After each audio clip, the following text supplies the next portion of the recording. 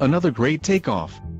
We are off again on our flight to higher standards through Common Core literacy skills for our students. Yes. We have a good idea of the 10 reading standards for literacy in social studies and science.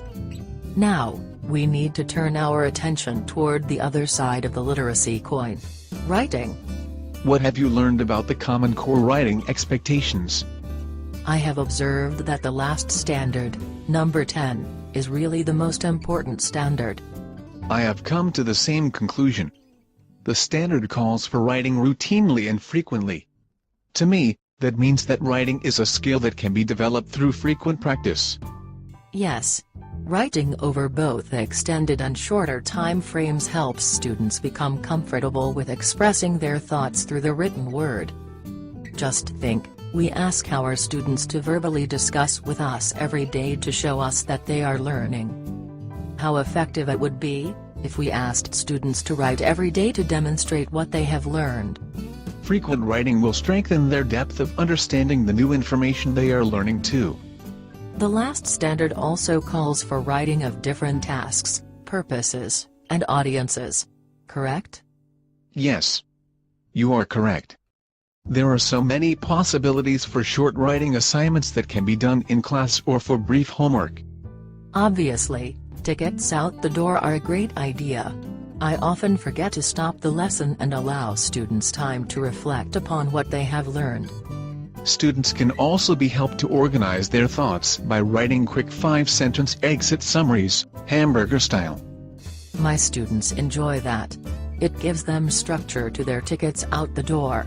It also helps me measure what they understand or what they are still confused about. Just think of the other possibilities of quick writing we can offer students. And so many of these ideas address different purposes for writing and different audiences. Ideas like historic markers or historic obituaries based on factual information they have learned. And what about brief letters to the editor or diary and journal entries from an historic perspective? Or even about a contemporary issue in geography or government? I have begun to use a writing assignment called RAFT. RAFT can give my students structure in developing a short factual writing. The RAFT writings can be either informational or argumentative. Tell me more about RAFT. RAFT stands for the 4 things that students must determine: role, audience, format and topic. I get it. My students would enjoy having the flexibility to make such decisions about their writing. It sounds like a fun and meaningful writing idea. You mentioned tickets out the door, but don't forget tickets in the door. That's right.